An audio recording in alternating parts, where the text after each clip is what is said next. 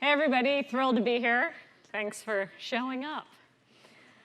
So what if I told you that everybody in the audience today was going to get a present? Yeah, right? Cute little pink bag. And what if I said that inside this bag was feedback? Why is that funny? Does that change your reaction at all? Yeah, okay, maybe it sounds like. Put this down for a minute. So I do want to, in all seriousness, invite you to remember a time when you maybe last received feedback. Maybe it was recently, maybe knowing this industry, it was quite a long time ago. Or even if you're in a role where you give feedback. I want to invite you, even close your eyes, just remember and put yourself in that place of what that felt like. And I just want you to reflect on a few adjectives or feeling words that come up, whether it was you in the role of receiving the feedback or even giving it. And if you would embellish me, I'd just popcorn out a few adjectives. You don't have to elaborate, but just what words come to mind when you think about those experiences?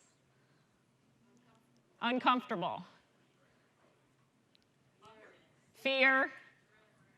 Stress, risk, anxious. Opportunity. Defensive, I think someone said. Okay. All right, you guys are passing the test because this is normally what I hear that feels a bit like this.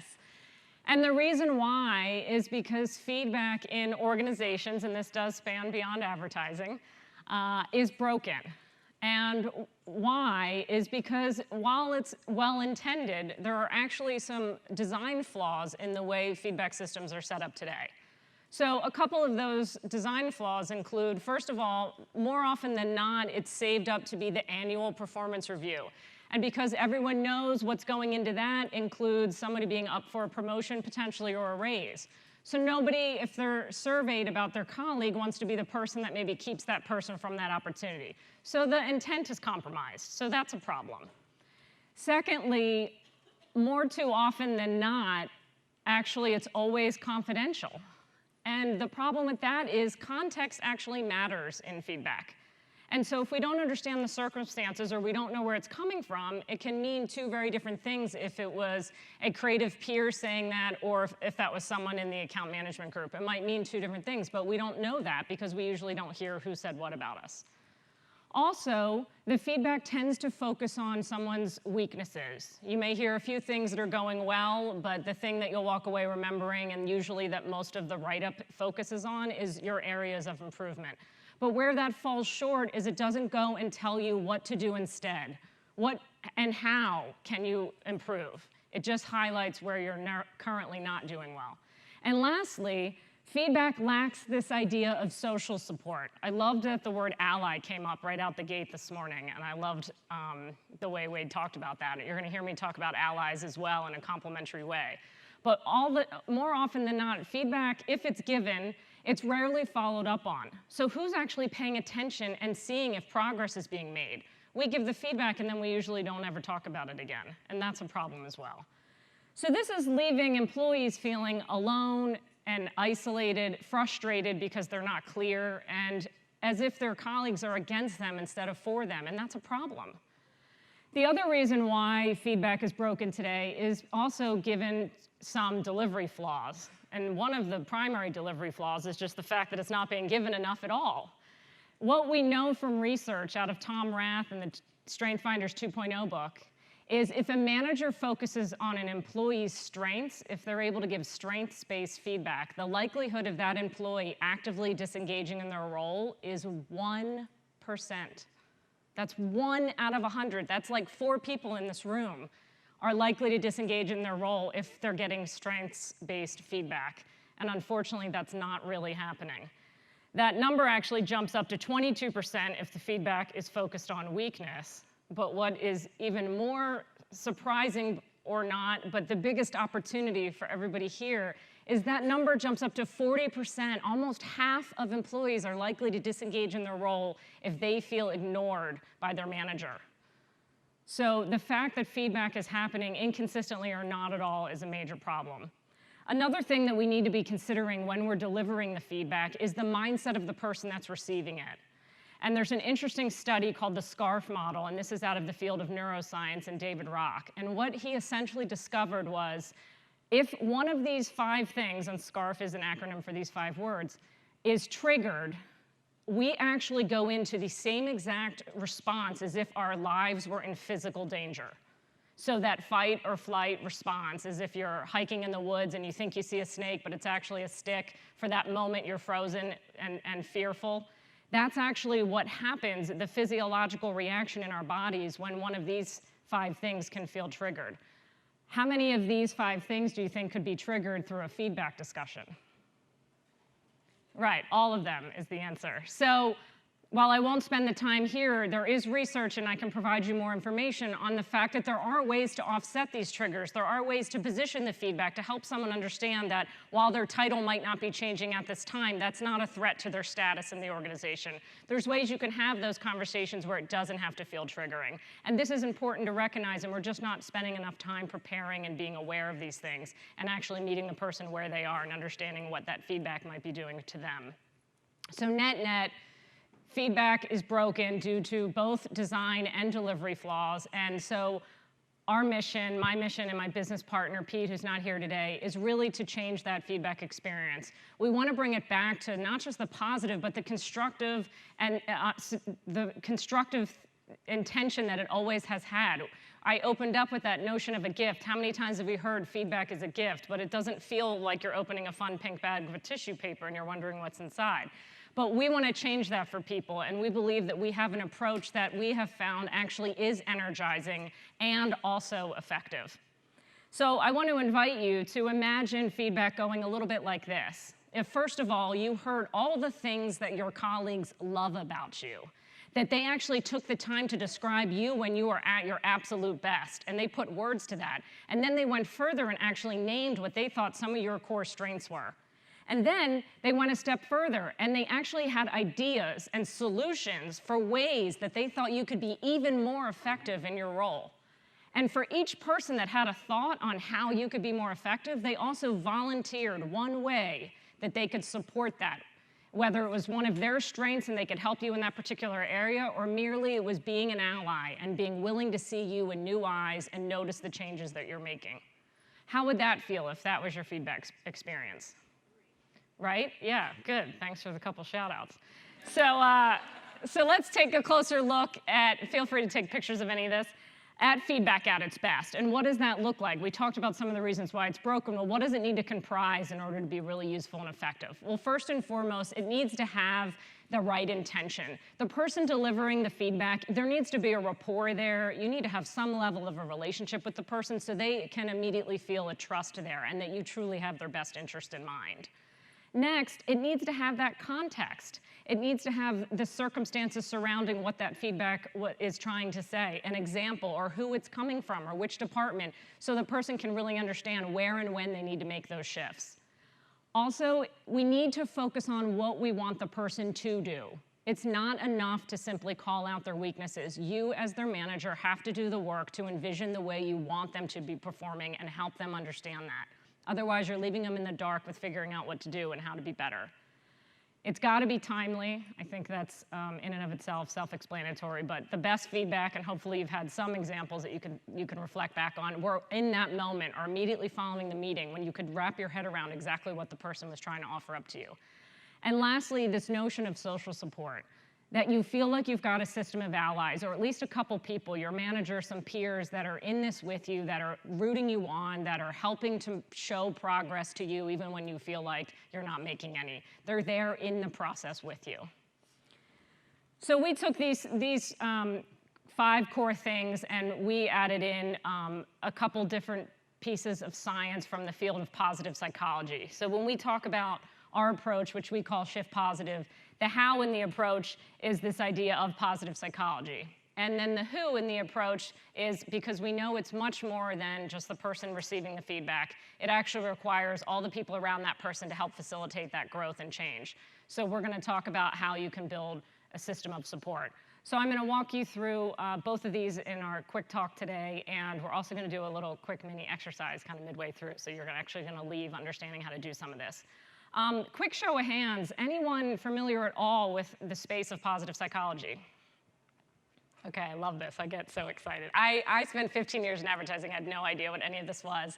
So I'm not surprised. And it was such a light switch moment for me. So I get so excited to be able to come back into an industry that I love and share it. So by definition, positive psychology is the scientific study of what is right in an individual, organization, or a community. It's essentially the study of what helps a human to flourish or thrive, or a community or a company to flourish and thrive. Essentially, back in, it's not brand new, but it's not, hasn't been around forever. In the late 90s, Marty Seligman is the founding father of positive psychology, and he essentially called out the traditional field of psychology and said it's half-baked, that all we do is study what's wrong, and when are we ever looking at what's right? And so this gave birth to an entirely new field of skills that we now can use to help people. Because when we study what helps people to grow and be stronger, we can manifest more of that. So things like grit, resilience, post-traumatic growth, emotional intelligence, optimism, hope.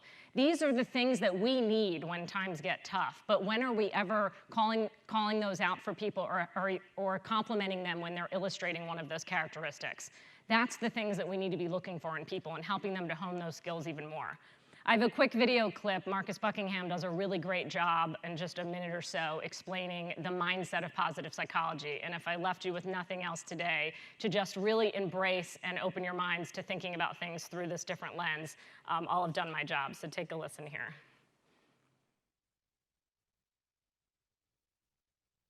Martin Seligman was the past president of the American Psychological Association. In 1999, he had an inauguration speech in which he said, basically, psychology is half-baked. We've baked the part about mental illness, about disease and damage, but the other side, the side of strengths, of what makes life worth living, is unbaked.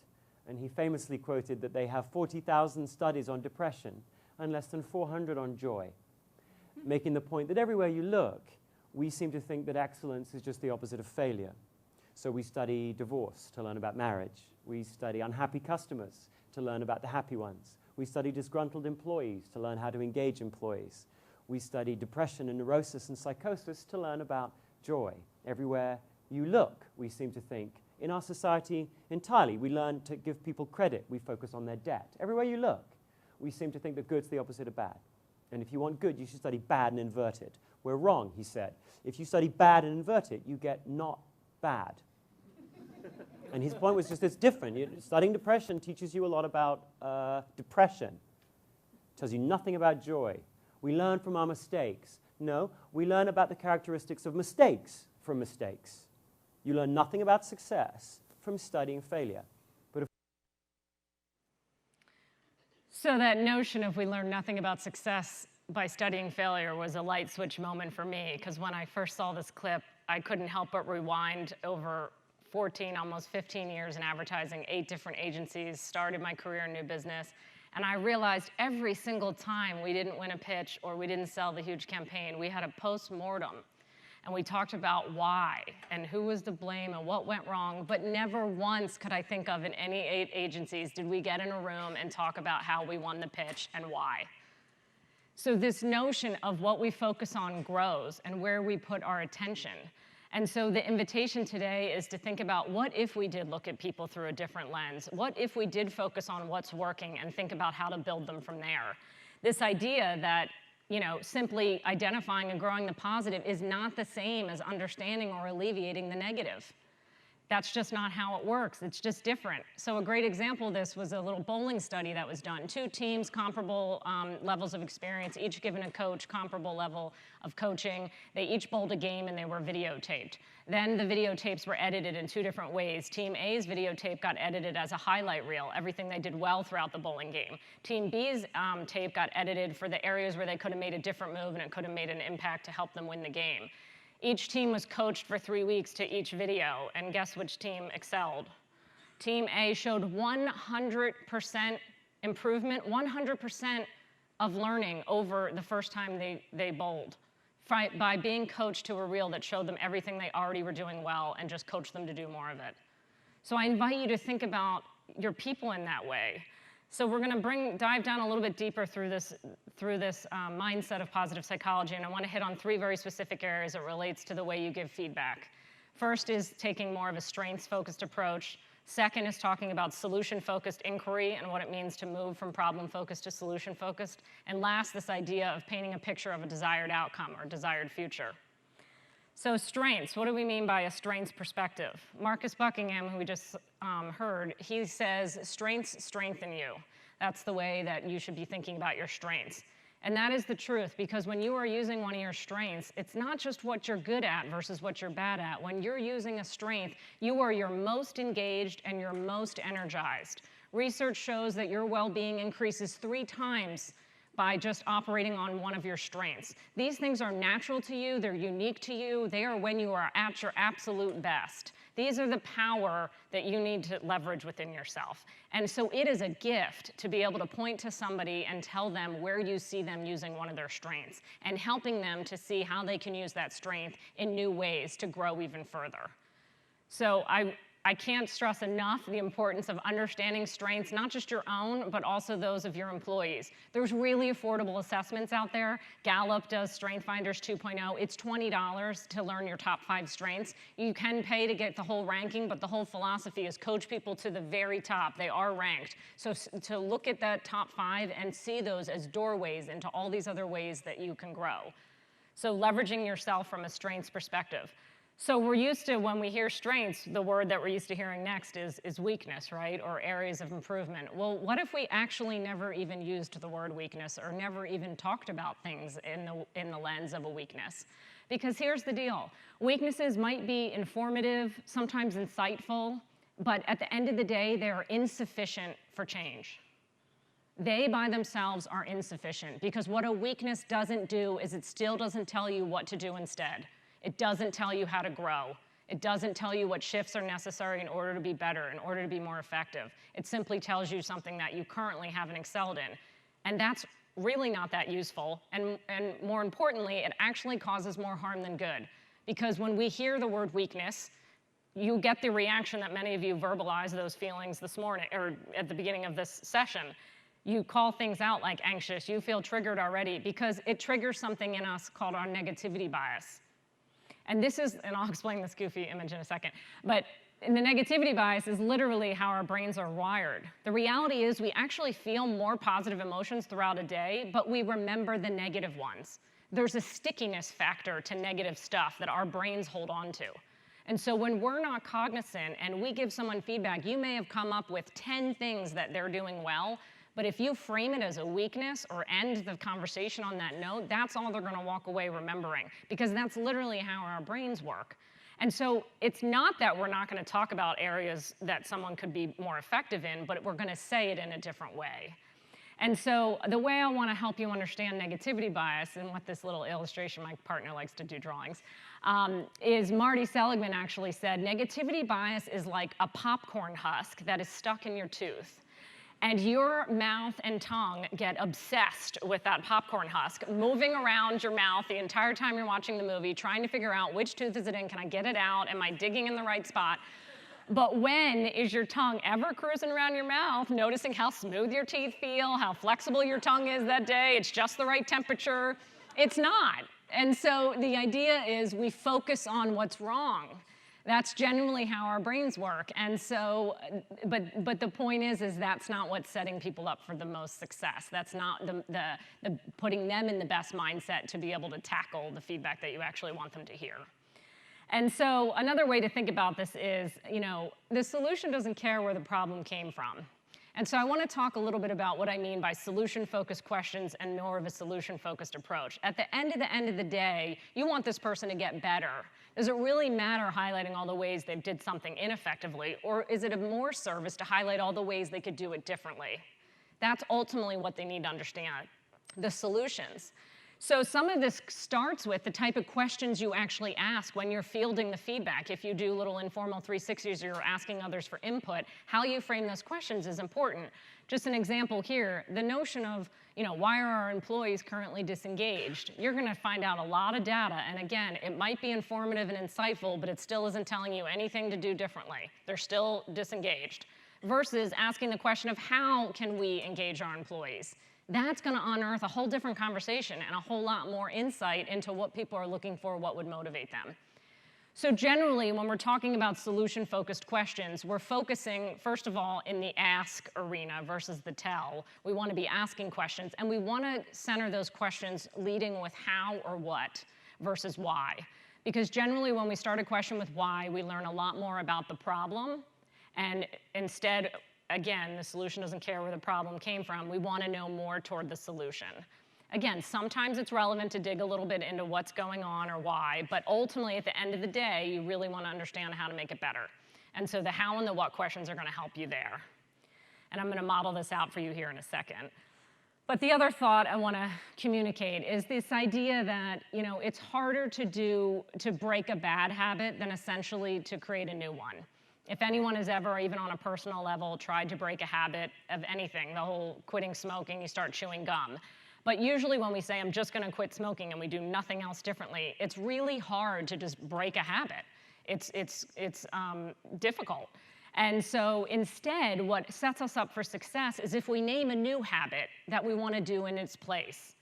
And if we can focus on that habit, then we're likely to be far more successful in undoing the old one. Because the reality is, if we're doing the new habit, then we're not doing the old one.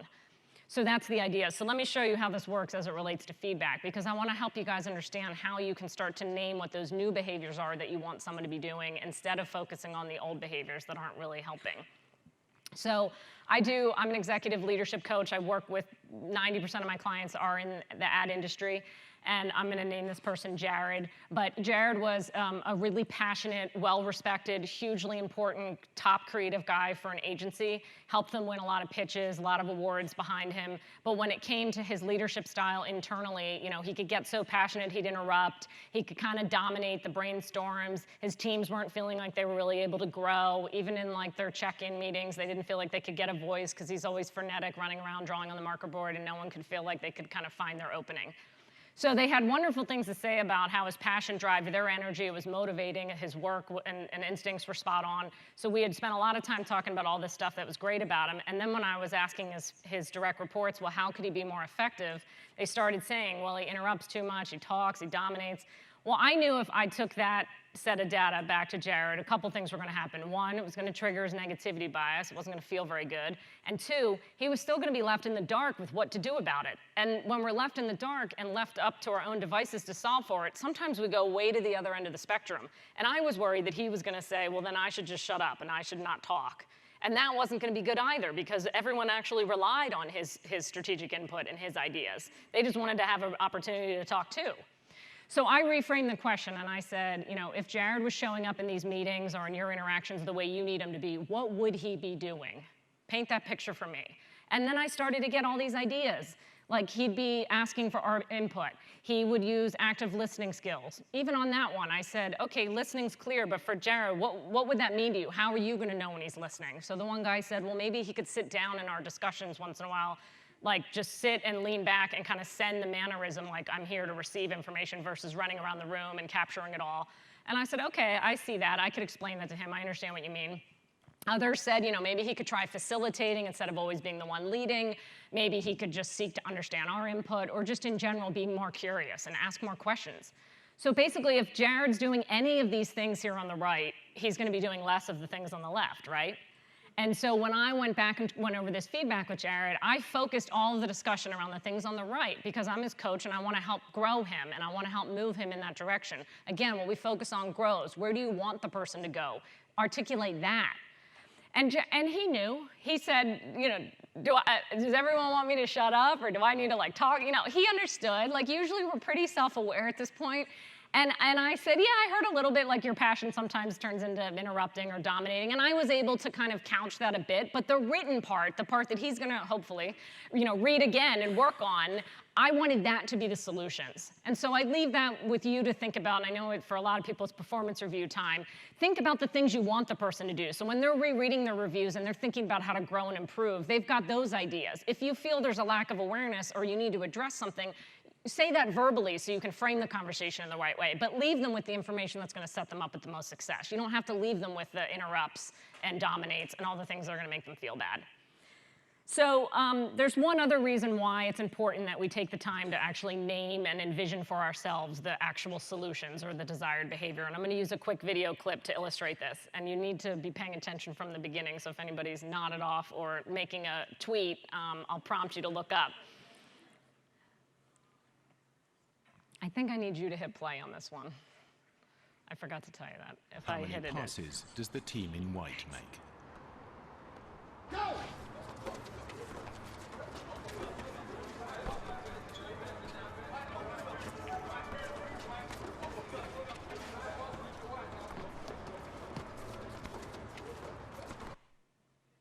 The answer is 13.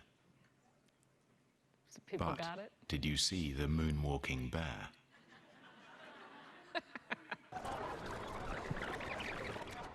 Go!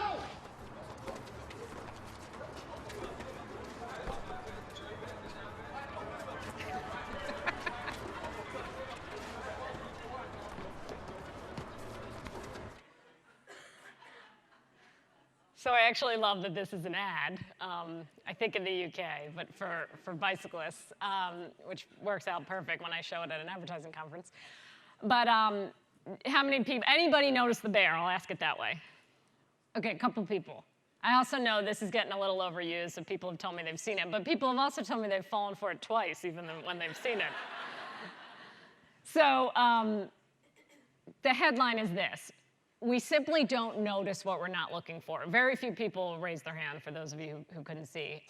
And so it's natural that you were prompted to look for things in white. You didn't notice this gigantic thing that was black moving through the crowd, even though if I said to you, do you think you would notice something huge if it walked through the game, you would probably think that you would have noticed. And so how this translates with feedback is if you don't take the time as the manager or the person delivering the feedback to envision first for yourself how you want that person to be showing up differently, first of all, they're going to not have a clue of what to do, as we just talked about, like in Jared's case. But second of all, then you're not going to even notice, even if they start making change. Because what happens when we focus the feedback on what's wrong is we're simply priming ourselves to notice more of what's wrong, because that's all we've taken the time to see. If you have to do the mental exercise to envision this person, even if you've never seen them do it before, but what it would look like if they were doing it the way you think it would be more effective, until you take the time to mentally do that exercise, you're not going to likely notice it, even if they start doing it. And the problem in that is, back to this ally concept, which I'll cover more here in a minute, is they need you to be reinforcing that progress. We're talking about creating new habits. It's hard. We're talking about change. Anyone that's done the New Year's resolution, you know, the date I think is now just January 16th by the time everybody's like fallen off the wagon. But the people that get the accountability partner or call each other at 6 a.m. to go to the gym together, those people make it a little bit longer because they have that buddy, because there's somebody in it with them. So you need someone that's willing to notice and see you in new eyes and seeing that progress. That reinforcement's important. So what I'd love to do now, if everyone will just embellish me for a minute, is make this a little bit more applicable for you. And if you could open to a blank page in your books, just one of the notes page, and draw a big T like I have here, just create kind of a big two-column approach. And we're going to just, I'm going to invite you to think about somebody in your mind right now that you have feedback for. You're not going to share this with anyone, so actually quite a few people have told me they have reviews coming up. You will leave feeling like you have half the review written. So I do encourage you to, if you're in the role of giving someone reviews at work, to go ahead and pick somebody real. But this can literally work on your teenager, your husband, your wife, whoever. It doesn't matter. So whatever feels cathartic in the moment, because it will be useful. And go ahead on the left side of your T and start capturing what some of the issues are. The things that, you know, for Jared, it was interrupting and dominating and things like that. You don't have to worry about how you phrase it. Just go ahead for yourself. Just make sure it's clear. What are the things you wish, you know, this person could change, or the things that feel ineffective right now? See if you can capture, you know, 3 or 4. And we're going to do this in a much faster time frame than it should be done for the, today's purposes, so forgive me when I nudge you along. But just to give you a minute to think of and capture a few things on the left. And even just notice if your pen's kind of going crazy and you have like 10 things on the left side, because again, we're more primed to notice things that, you know, that feel wrong or that feel like problems. That's what our brain remembers more. So oftentimes the left side gets filled out a little bit quicker than the right side.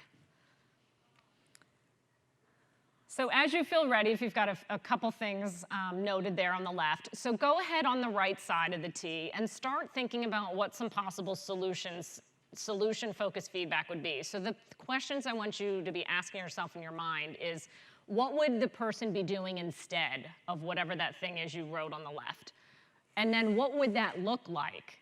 Because again, sometimes we have to play it out, like literally like close your eye and like see it in your own mind's eye of like them in a meeting, performing the way you want them to be, and then put words to that. What are you seeing? You're seeing them poised, you're seeing them paced, confident. Like what exactly are you coming up with? But what are the things that would feel like that new behavior that's different than the problem-focused feedback or the thing that right now doesn't feel like it's working? And it's not always necessarily the opposite, and I'll give you a clue. If you're starting with don't or stop, you're not there yet. So it's, be clear on the left, the things you want them to stop, but you really need to be asking, what do I want them to start? What is that actual behavior that I want them to illustrate, and what does that look like? So take a few moments to capture a few of those. And then heads up, I'm going to ask for a live volunteer if anyone's feeling brave, and you will get the pink bag as a present, and it's not feedback.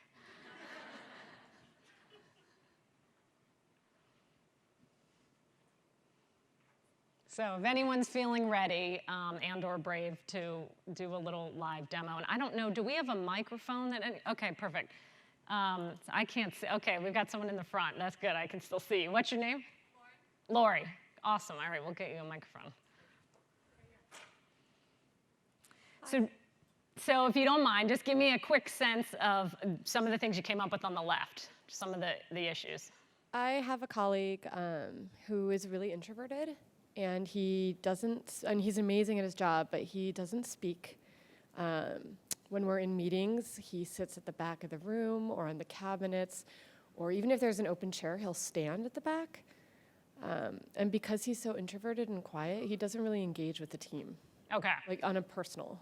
Okay, so we've got someone who trends pretty far on the left, on the introverted scale. How that manifests in behaviors is, comes across as not really engaged with the team, sits in the back, doesn't really speak up in meetings. Okay, good. So what did you start to come up with on your right side? So for the doesn't engage with the team, I thought maybe he could buddy up with somebody new to go to lunch with, potentially. The doesn't speak, I kind of got stuck. Yeah. I wasn't really sure what to put there. Okay, so recognizing that like there's a spectrum, and he's likely not going to swing all the way over to like leading the discussion in the room. Right. What would it look like if he just appeared a little more engaged in a meeting and maybe was willing to talk? What would it look like? Yeah. I mean, he's got great ideas, and he's really succinct. Okay. So. So it would be him contributing maybe just one of his succinct thoughts. Okay. Like if he could, so does that sound right? Like if Yeah, he could that sounds offer, right. but even just when you're picturing the room, like would it be like he's physically at the table? Yeah, he would be physically sat at the table with the team, Okay. not standing at the back of the room, yeah. Okay, so he'd be at the table, and then, so what's something you would notice if you felt like he was making an effort in these ways and trying to engage and trying to have more of a presence? Something that I would notice. Just how amazing he is, and that everyone else that maybe doesn't know him would find out how amazing he is, and just how smart he is, and the value he brings to our team. Yeah. And can you think of maybe one area, or maybe this is a good conversation with him, that he would feel safest to like start to voice an opinion around, like something that wouldn't feel as big of a... I'm sorry, I didn't hear you. Oh no, can you think of like a category or like you always speak about this, so maybe that could be a place to prompt him to like lean into a way he might speak up in an area that he already feels really comfortable talking about? Oh, that's a great idea. Yeah, like so you don't have to answer now, but like thinking, or maybe you brainstorm that with him. Yeah. Okay, yeah. But are you starting to picture, even though it's not how he normally is, I see you looking away, and those are all good prompts for me because I can tell you're in your head imagining it differently. Yeah. So are you starting to see like how you want to articulate to him how he'd maybe be in the room in a little bit of a different way? No, that's incredibly helpful. Thank you. Yeah, and by just painting that picture, you don't necessarily have to be like you never talk and you sit in the back, but instead, I'd love to see like sometimes you're at the table and when it's all about subject X, which you have a lot of passion around, you just give one of those really pithy, concise statements, and the whole room could see the way you think. great. Yeah. That's wonderful. And do you feel like that's addressing the feedback? Definitely. Yeah. Yeah. Cool. Thank All you. right. Thank you. Here's somebody wants to pass this back. Yeah, round of applause. Thanks, Lori. So it takes a little bit of work on the part of the manager. You know, I could see her, she was off to a good start, but I just wanted to help her envision it even more. And it's kind of like the riding a bike. It's going to seem time consuming in the beginning, and then you're not going to think about it. But these are new muscles that I want you to be thinking about building. If anyone was in that empathy talk a little earlier, it's that same idea of building the empathy muscle. This is building the muscle of thinking about things first through a solution-focused lens, and then secondly, thinking about also what are his strengths, what are some things he can leverage. And Lori already naturally went there. She said, you know, he's really smart when it comes to this, this, and this. So great. So prompt him to lean into that, and then ask him to do that with some of these new behaviors, because then he's already going to feel confident. So as a quick recap of the couple things we just covered, we want to really make sure that we're gathering feedback through the lens of how and what questions, because that's going to garner more of the solutions. We want to make sure what we're focusing on is what you want that person to do instead, that desired behavior, and making sure they're really clear on that shift you're asking for. And lastly, if you don't take the time to name that, you're likely going to miss it. And so we want to make sure that you're as clear as possible, so not only they'll be clear, but then you can look for that new change and reinforce it when it happens. So now the first time this guy talks up in a meeting, Lori's going to be able to say to him afterwards, hey, nice job. You were able to really get engaged with the group, and that was great. And that's the kind of feedback and follow-up and ally support that we're talking about. Which leads us to the second half here. I'm going to go through this a little bit quickly with the time. But I want to just speak to a couple quick concepts. What I mean by ally support, this notion of two-way accountability, and why, as companies, we need to shift away from this anonymous and confidential and be much more open about the way that we talk about our growth and development. So I'm just going to prompt you quickly to even think for yourself at a time when you had to move through a really significant change in your life, personal or professional. Maybe it was a change you opted for, you changed cities, you changed careers, jobs. Maybe it was something that happened to you, you didn't see it coming, a divorce, a layoff.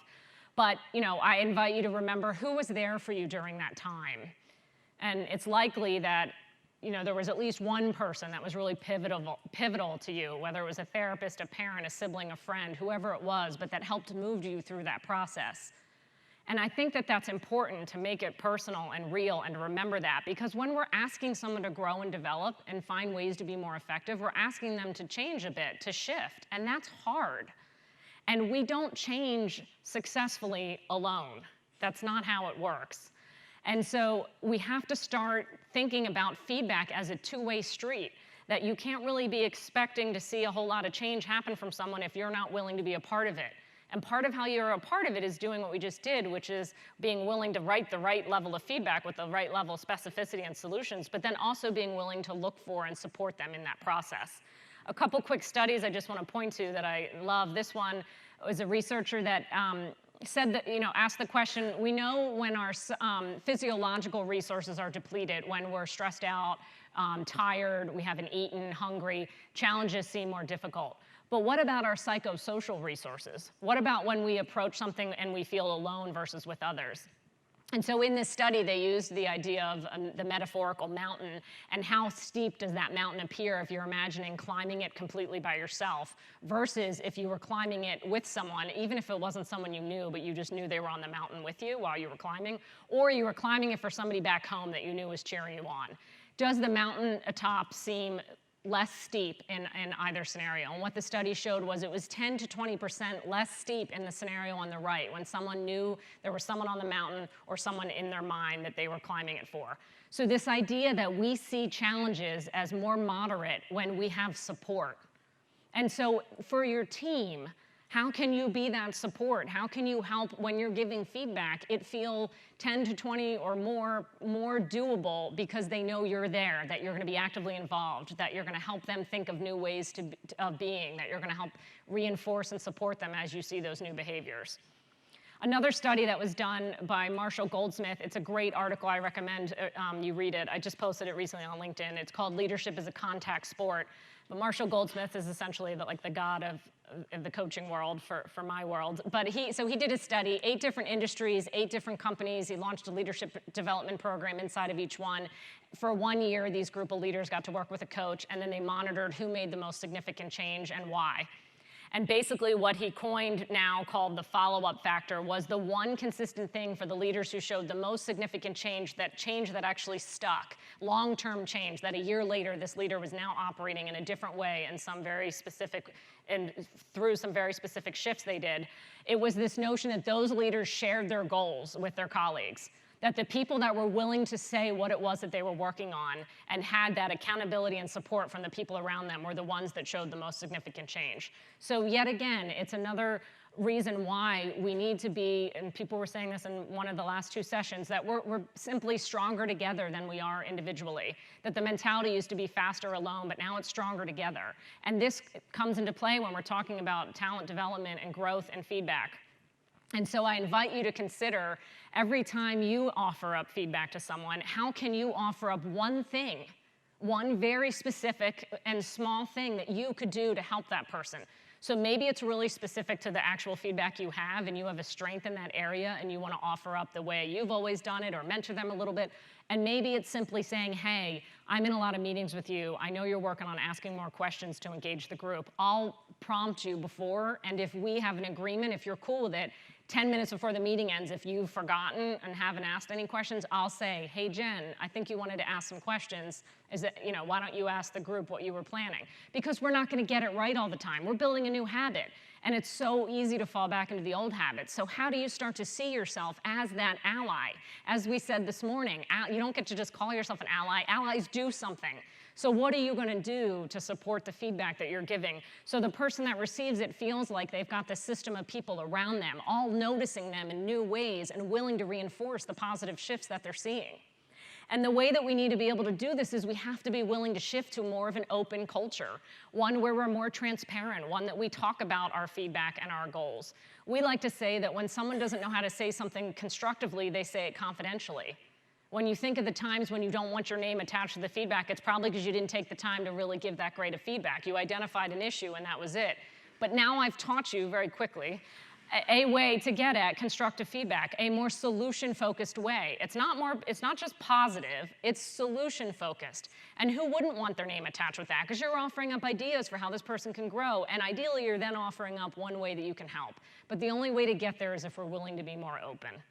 So in closing, because I'm out of time, the shift positive method of feedback is different than traditional feedback. We focus on strengths only, we talk about success, we focus on what to do more of. We do this through specific examples, specific behaviors, and offering up, envisioning someone in a more desired future and imagining them at their best and what that would look like. And lastly, we do this by creating cultures that are more open, we're willing to be allies, and there's a two-way accountability. Anyone that's giving feedback is also willing to help.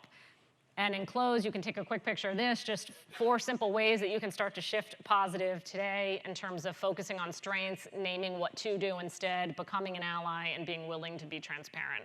So I do believe that this can help bring us back to become more connected inside of our organizations and to help the issue of retention if we can all just thinking about how we can be stronger together. Thank you.